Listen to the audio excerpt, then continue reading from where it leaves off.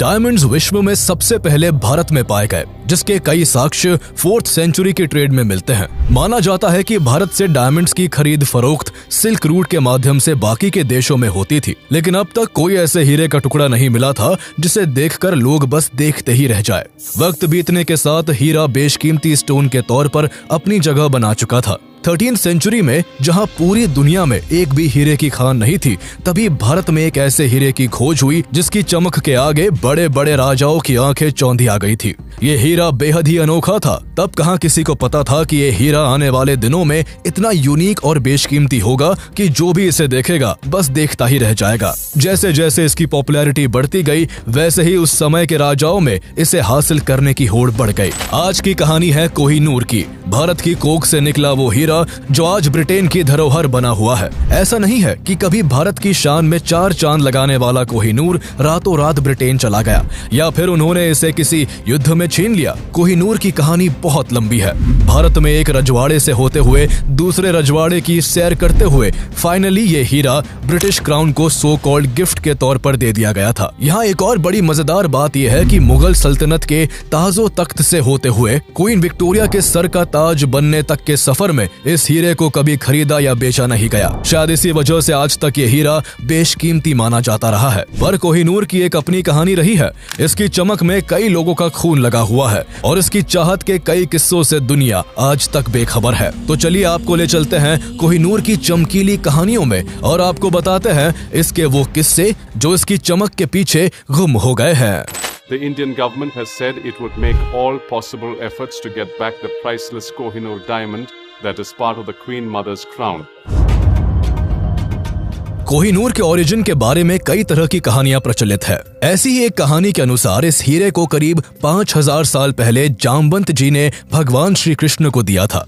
महाभारत काल में इस हीरे को स्यनमंतक मणि के नाम से जाना जाता था, लेकिन इसके बारे में कहानी यही खत्म नहीं होती। जहां कोहिनूर को महाभारत काल का बताया जाता है, तो वही ये भी कहा जाता है कि इस हीरे को 3200 साल पहले एक नदी में पाया गया था। खैर सच्चाई जो भी हो, लेकिन आज तक इस हीरे की ओरिजिन के बारे में एक्यूरेट और वैलिड इंफॉर्मेशन जुटाई नहीं जा सकी है। कोहिनूर अपने खोजे जाने के वक्त दुनिया का सबसे बड़ा डायमंड था और उसका कुल वजन 793 कैरेट्स के आसपास था। बाद में इस हीरे को कई बार तराशा गया है, जिसकी वजह से इसका वजन घटकर 105.6 कैरेट के आसपास रह गया है। हालांकि कई बार तराशे जाने के बावजूद कोहिनूर अब भी दुनिया के सबसे बड़े तराशे हुए हीरों में से एक बना हुआ है। कई दावों के हिसाब से कोहिनूर की कहानी 13th सेंचुरी में शुरू होती है, जब आज के आंध्र प्रदेश में काकतीय डायनेस्टी का राज था। उन्हीं दिनों वहां के गोलकोंडा में कोयले की खदानें थी जिनकी खुदाई की जा रही थी। यही के कोल्लूर माइंस में कोहिनूर की खोज हुई। कोहिनूर के खोजे जाने के वक्त भारत में राजा महाराजाओं का दौर हुआ करता था, इसलिए जब भी कोई बेशकीमती चीज खोजी जाती उसे राजा के पास पहुंचा दिया जाता था। इसी तरह कोहिनूर के मिलते ही उसे काकतीय डायनेस्टी के राजा के पास पहुंचा दिया गया। राजा इसकी सुंदरता और चमक से बेहद प्रभावित हुए और इस हीरे को उन्होंने अपनी कुल देवी भद्रकाली की बाई आंख में लगवा दिया। जल्दी ही इसकी चर्चा पूरे भारत में होने लगी और इसकी खबर दिल्ली सल्तनत के राजा अलाउद्दीन खिलजी के पास भी पहुंची। उन दिनों खिलजी अपने एम्पायर के एक्सपेंशन के बड़े सपने देख रहा था और भारत के दक्षिणी हिस्से में भी अपने राज्य का विस्तार करना चाहता था। कुछ महीनों बाद मलिक काफूर की कमांड में खिलजी की सेना ने काकतीय डायनेस्टी पर हमला कर कोहिनूर को लूट लिया, जिसके बाद कोहिनूर अलाउद्दीन खिलजी के पास आ गया और दिल्ली सल्तनत का हिस्सा बन गया। आगे चलकर खिलजियों को हराकर तुगलकों ने दिल्ली सल्तनत पर अपना कब्जा जमा लिया। तब तक कोहिनूर इतना पॉपुलर हो गया था कि जब भी कोई राजा दूसरे को हराता, वो हारने वाले राजा से कोहिनूर ले लेता। इसी तरह कोहिनूर भी खिलजियों से होकर तुगलकों के पास चला गया। तुगलकों के पास पहुंचने के बाद कोहिनूर फिरोज शाह तुगलक के पास आ पहुंचा। आगे चलकर तुगलकों से होते हुए कोहिनूर मालवा के राजा होशंग शाह के हाथों में आ गया। मालवा का राजा बनने के बाद होशंग शाह अपने पड़ोसी राज्य ग्वालियर को जीतना चाहता था। उस समय ग्वालियर पर तोमर राजा डोंगरेंद्र सिंह शासन कर रहे थे। होशंग शाह ने मौका पाते ही ग्वालियर पर अटैक कर दिया, लेकिन वो डोंगरेंद्र सिंह से बुरी तरह हार गया। अपनी जान बचाने के लिए होशंग शाह ने कोहिनूर समेत अपनी सारी संपत्ति डोंगरेंद्र सिंह को सौंप दी। इस घटना का जिक्र बाबर नामा में भी मिलता है, जो इस हीरे का फर्स्ट डॉक्यूमेंटेड प्रूफ भी है। डोंगरेंद्र सिंह से होते हुए ये हीरा अंतिम तोमर शासक राजा विक्रमादित्य के पास पहुंच गया। उस समय तक दिल्ली सल्तनत की सत्ता इब्राहिम लोधी के हाथों में आ गई थी। इब्राहिम लोधी ने भी कोहिनूर के बड़े चर्चे सुन रखे थे, इसलिए उसने अपने साम्राज्य का विस्तार करने और इस हीरे को पाने के लिए ग्वालियर पर अटैक कर दिया। इस युद्ध में राजा विक्रमादित्य की हार हुई। हार के बाद राजा विक्रमादित्य को कोहिनूर समेत अपनी सारी संपत्ति इब्राहिम लोधी के आगरा किले में रखनी पड़ी। लेकिन इब्राहिम लोधी की जीत की ये खुशी ज्यादा दिनों तक टिक नहीं पाई और केवल 1 साल बाद ही उसे अपनी सत्ता और कोहिनूर दोनों को बाबर के हाथों गंवाना पड़ा। दरअसल उस दौरान बाबर दिल्ली पर राज करने के सपने संजोए 1519 से ही भारत पर कई बार आक्रमण कर चुका था, लेकिन उसे हर बार यहाँ से हार कर लौटना पड़ता था। 1526 में बाबर ने एक बार फिर से भारत पर आक्रमण किया। इस बार उसकी लड़ाई इब्राहिम लोधी के साथ पानीपत में हुई। कई दिनों तक चले इस घमासान युद्ध में इब्राहिम लोधी मारे गए। इस तरह कोहिनूर बाबर के कब्जे में आ गया। बाबर ने कोहिनूर से प्रभावित होकर अपनी ऑटोबायोग्राफी बाबरनामा में इसकी खूब चर्चा की। उसने कोहिनूर की तारीफ करते हुए लिखा कि ये हीरा इतना बेशकीमती है कि इसकी कीमत से पूरी दुनिया को एक दिन का खाना खिलाया जा सकता है। हालांकि बाबर ने बाबरनामा में इस हीरे का नाम कहीं भी कोहिनूर मेंशन नहीं किया था, जिससे ये साफ होता है कि इस हीरे का नाम उस समय तक कोहिनूर नहीं था। बाबर के बाद हुमायूं मुगल डायनेस्टी का अगला राजा बना और सत्ता के साथ कोहिनूर भी उसके पास आ गया। सत्ता मिलने के कुछ साल बाद ही हुमायूं का एम्पायर बिखरने लगा। उसके छोटे भाइयों ने ही उसके खिलाफ विद्रोह कर दिया, जिस कारण उसे अपना एम्पायर अपने भाइयों के बीच बांटना पड़ा। अपने भाइयों से निपटने के बाद उसने अपने एम्पायर को यूनाइट करना स्टार्ट ही किया था कि उस पर अफगान शासक शेर शाह सूरी ने अटैक कर दिया। 2 सालों में दोनों के बीच चौसा और कन्नौज में 2 बैटल लड़ी गई। दोनों ही बार हुमायूं को मुंह की खानी पड़ी और उसे अपना सब कुछ छोड़कर ईरान भागकर राजा तहमास्प के यहाँ शरण लेनी पड़ी। तहमास्प ने उसका स्वागत करते हुए कई सालों तक उसे अपने संरक्षण में रखा। उनके इस व्यवहार से खुश होकर हुमायूं ने कोहिनूर उनको उपहार में सौंप दिया। इस तरह कोहिनूर पहली बार भारत से बाहर ईरान पहुंच गया। ईरान के राजा तहमास्प के पास कोहिनूर लगभग 3 सालों तक रहा। इसके बाद कोहिनूर एक बार फिर से भारत लौट आया। जहां अब तक कई राजाओं ने कोहिनूर को हथियाने के लिए हजारों लाशें बिछा दी थी, तो वही राजा तहमास्प की इसमें कोई खास दिलचस्पी नहीं थी। इसलिए उन्होंने इसे अहमदनगर के राजा और अपने गहरे दोस्त निजाम शाह को गिफ्ट कर दिया, जो कोहिनूर के दीवाने थे। भारत आने के बाद कोहिनूर कुछ सालों तक निजाम शाह के पास रहा और फिर उनसे होते हुए गोलकुंडा के राजा कुतुब शाह के पास पहुंच गया। साल 1656 में ये हीरा किसी तरह कुतुब शाह के प्रधानमंत्री मीर जुमला के हाथ लग गया, जिसका इस्तेमाल उसने शाहजहां के करीब जाने के लिए किया। शाहजहां को आकर्षक चीजों का बहुत शौक था। इसी शौक के चलते उसने पीकॉक थ्रोन बनवाना शुरू किया। कहा जाता है कि इस पीकॉक थ्रोन को बनवाने में शाहजहां ने ताजमहल से भी 2 गुना खर्चा किया था। उसने सिंहासन में कई तरह के डायमंड, गोल्ड और बेशकीमती स्टोन्स लगवाए और कोहिनूर को इस थ्रोन के सबसे ऊपरी हिस्से में जगह दी। लेकिन उस सिंहासन पर शाहजहां ज्यादा वक्त तक नहीं बैठ पाया और आगे चलकर उसके ही बेटे औरंगजेब ने उसे अरेस्ट करवाकर जेल में डलवा दिया। औरंगजेब ने अपने पिता की सत्ता हथियाने के साथ साथ कोहिनूर को भी हड़प लिया। औरंगजेब कोहिनूर को देखने के बाद इससे बहुत आकर्षित हुआ और उसने इसे और भी अट्रैक्टिव बनाने के लिए एक मशहूर जौहरी को इसे तराशने का काम सौंप दिया। लेकिन तराशने के दौरान कोहिनूर का काफी हिस्सा टूट गया, जिससे ये 793 कैरेट की जगह महज 186 कैरेट का रह गया। औरंगजेब को जब इसकी खबर लगी तो वो बहुत गुस्सा हुआ और उसने उस जौहरी पर भारी भरकम जुर्माना लगाकर इसे अपने खजाने में रखवा दिया। जहां कोहिनूर अपनी चमक के लिए मशहूर था, तो वहीं इसके बारे में ये भी कहा जाता है कि इस हीरे को जिसने भी अपने पास रखा, उसने शुरुआत में हर जगह जीत का परचम लहराया, लेकिन बीतते समय के साथ ये हीरा ही उसकी बर्बादी का कारण बना। आने वाले सालों में लोगों ने इसे सच होते हुए भी देखा। खोजे जाने के बाद से ये हीरा जिस भी राजा के पास गया, उसका एम्पायर बहुत तेजी के साथ बिखर कर बर्बाद हो गया। मुगल बादशाह बाबर, हुमायूं और शाहजहां के पास कोहिनूर रहा था और उन्हें अपने शासन के अंत में सबसे बुरे दौर से गुजरना पड़ा। जबकि ये हीरा कभी भी मुगल सम्राट अकबर के पास नहीं रहा और वो मुगलों में सबसे लोकप्रिय शासक रहे। मुगलों के बिखरते साम्राज्य के बीच कोहिनूर इसी डायनेस्टी के राजा मोहम्मद शाह रंगीला के पास पहुंचा, जिन्हें बहादुर शाह रंगीला के नाम से भी जाना जाता था। मुगल इस दौरान कमजोर पड़ चुके थे। इसी का फायदा उठाते हुए ईरान के शासक नादिर शाह ने आक्रमण कर बहादुर शाह रंगीला के एम्पायर को तहस नहस कर दिया। उसने पूरी दिल्ली में भयंकर कत्लेआम मचाया। जो भी उसके रास्ते में आया वो अपनी जिंदगी से हाथ धो बैठा। चंद दिनों के अंदर ही नादिर शाह ने मुगलों की सारी संपत्ति लूट ली और शाहजहां द्वारा बनवाया गया पीकॉक थ्रोन भी अपने कब्जे में ले लिया। लेकिन अब तक उसे वो कोहिनूर नहीं मिला था जिसकी चमक के चर्चे उसने सुन रखे थे। दरअसल कोहिनूर उसके हाथ अभी तक इसलिए नहीं लगा था क्योंकि बहादुर शाह रंगीला उसे अपनी पगड़ी में छुपा कर रखता था। नादिर शाह को जब इस बात की खबर लगी तो उसने इसे हासिल करने के लिए बहादुर शाह से अपनी जीत की खुशी मनाने के लिए एक दूसरे की पगड़ी पहनने को कहा। बहादुर शाह जो पहले ही जंग हार चुके थे वो अब नादिर शाह की बात ना मानकर अपनी जिंदगी नहीं गंवाना चाहते थे, इसलिए उन्हें अपनी पगड़ी उतारने के लिए मजबूर होना पड़ा। जैसे ही बहादुर शाह ने अपनी पगड़ी निकाली, हीरा जमीन पर गिर पड़ा। जमीन पर गिरते ही उसकी रोशनी चारों तरफ फैल गई। इसे देखकर नादिर शाह अचंभे में पड़ गया और उसके मुंह से कोहिनूर शब्द निकल पड़ा जिसका मतलब था माउंटेन ऑफ लाइट। तब से ही ये हीरा कोहिनूर के नाम से जाना जाने लगा।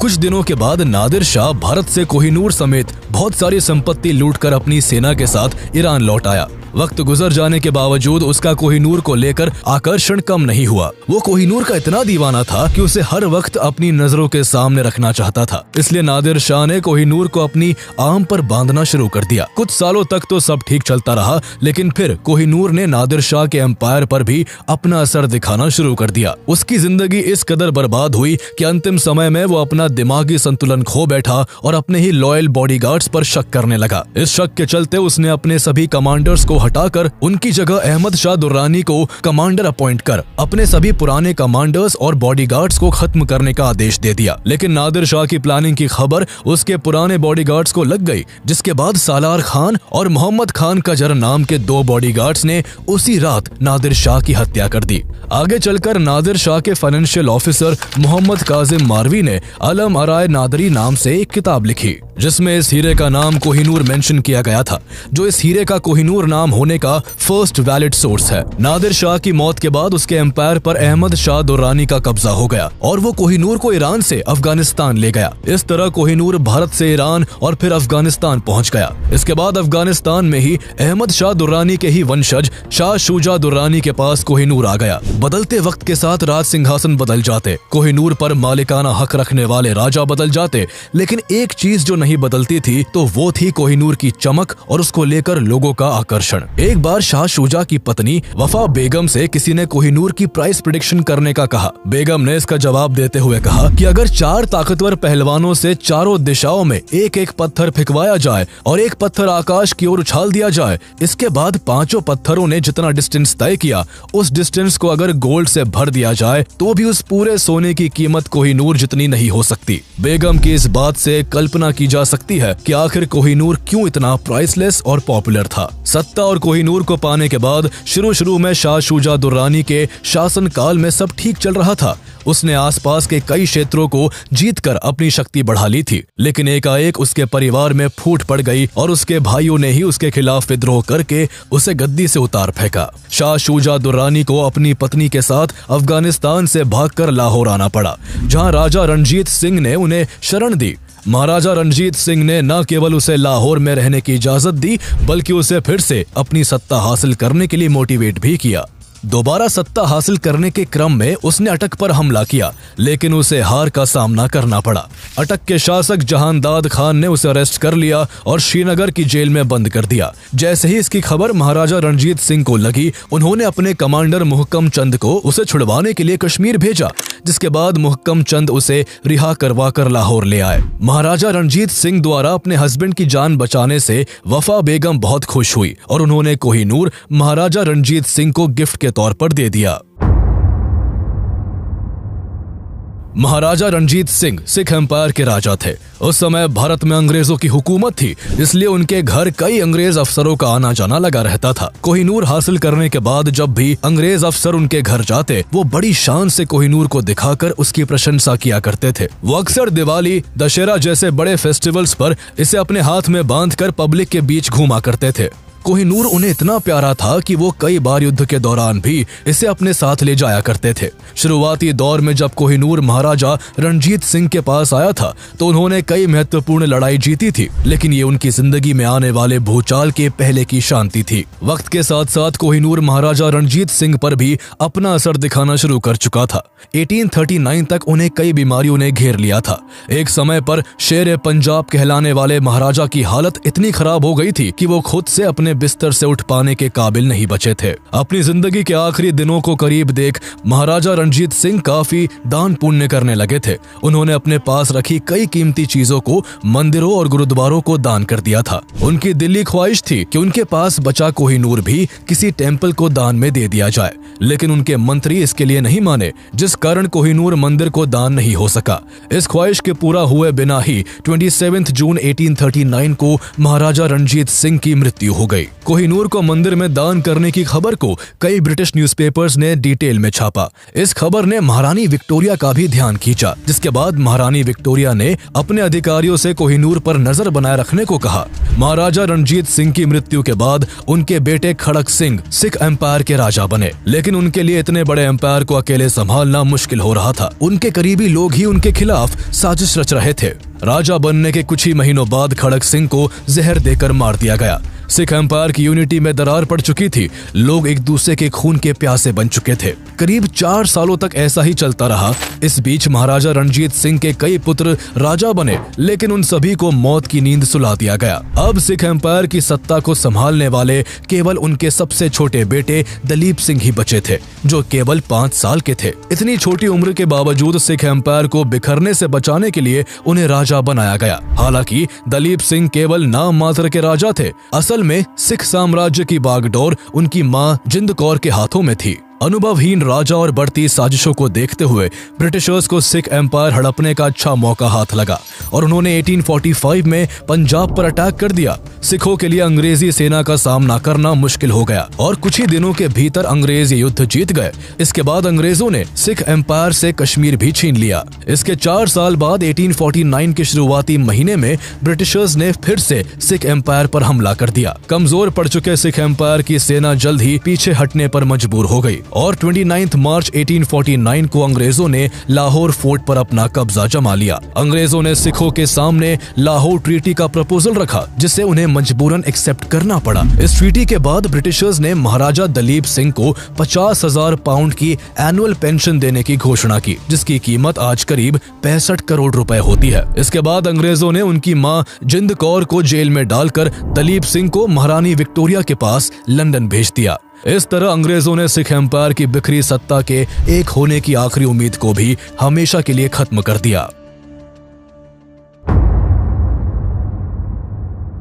सिख एम्पायर को हड़पने के बाद governor general Lord Dalhousie Kohinoor को लेने खुद लाहौर फोर्ट आए थे। यहाँ से कोहिनूर को हासिल करने के बाद उन्होंने इसे 6 अप्रैल 1850 को एक शिप से महारानी विक्टोरिया के पास ब्रिटेन भेज दिया। कोहिनूर को ब्रिटेन ले जाने वाली शिप को रास्ते में कई मुश्किलों का सामना करना पड़ा था। जब शिप बीच समुद्र में था, उसी समय एक तेज तूफान के कारण जहाज एकदम डूबने के करीब पहुंच गया था। किसी तरह करीब 3 महीने बाद शिप 29 जून 1850 को ब्रिटेन पहुंचा। इसे इतना सीक्रेटली ब्रिटेन भेजा गया था कि शिप पर सवार एक भी इंसान को इस पर कोहिनूर के होने की खबर तक नहीं थी। इसके बाद कोहिनूर को महारानी विक्टोरिया के पास पहुंचा दिया गया। बाद में जब इसकी खबर पब्लिक को लगी तो लोग इसे देखने के लिए उत्साहित होने लगे। लोगों की भारी डिमांड के बाद इसे 3 साल बाद पब्लिक को दिखाने के लिए लंदन के क्रिस्टल पैलेस में रखा गया। इसे देखने के लिए लंदन में भारी भीड़ उमड़ पड़ी। कहा तो यहाँ तक गया कि लंदन में इससे पहले इतनी भीड़ कभी नहीं देखी गई थी। लेकिन जब वहाँ की जनता ने कोहिनूर को देखा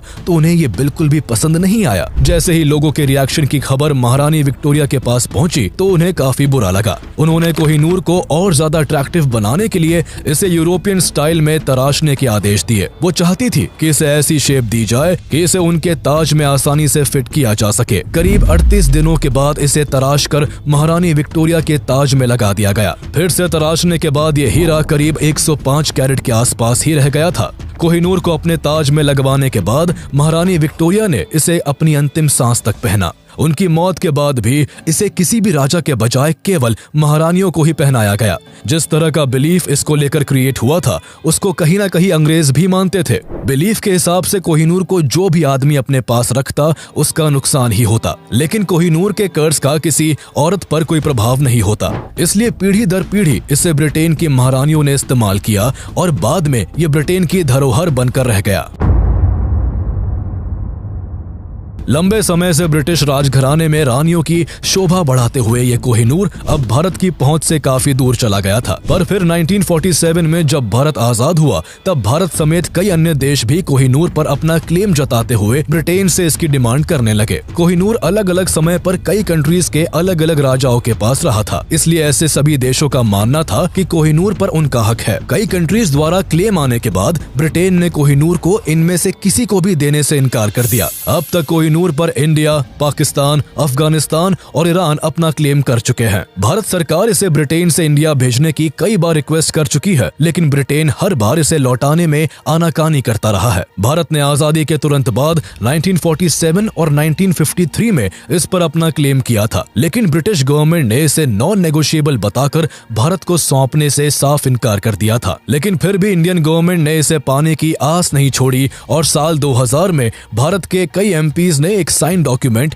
ब्रिटेन को भेजकर कोहिनूर को वापस भारत को लौटाने की मांग की। लेकिन हर बार की तरह इस बार भी भारत को निराशा ही हाथ लगी। ब्रिटेन ने ये कहते हुए भारत की इस मांग को ठुकरा दिया कि कोहिनूर अलग अलग समय में अलग अलग देशों का हिस्सा रहा है, लेकिन अब ये करीब 150 सालों से ब्रिटिश हेरिटेज का हिस्सा है, इसलिए इसे भारत को नहीं लौटाया जा सकता है। इस घटना के 15 साल बाद 2015 में शशि थरूर को एक स्पीच के लिए ऑक्सफोर्ड यूनिवर्सिटी बुलाया गया। उस स्पीच में उन्होंने 200 सालों में भारत से लूटी गई संपत्तियों के लिए ब्रिटिशर्स को खूब क्रिटिसाइज किया था। इस दौरान उन्होंने कोहिनूर और अन्य भारतीय धरोहरों का भी जिक्र किया जो अब ब्रिटेन के पास है। इसके एक साल बाद 2016 में एक एनजीओ ने सुप्रीम कोर्ट में एक पिटीशन फाइल की, जिसमें भारत सरकार से ब्रिटेन द्वारा चुराए गए कोहिनूर को वापस भारत लाने के बारे में कई सवाल पूछे गए थे। बाद में जब इस केस की हियरिंग हुई तो उसमें इंडियन गवर्नमेंट को सॉलिसिटर जनरल रंजीत कुमार ने रिप्रेजेंट किया था। हियरिंग में उनका कहना था कि ब्रिटेन ने कोहिनूर को सिख एम्पायर के राजा दलीप सिंह से एक ट्रीटी के तहत हासिल किया था। उनके इस तर्क के आधार पर सुप्रीम कोर्ट ने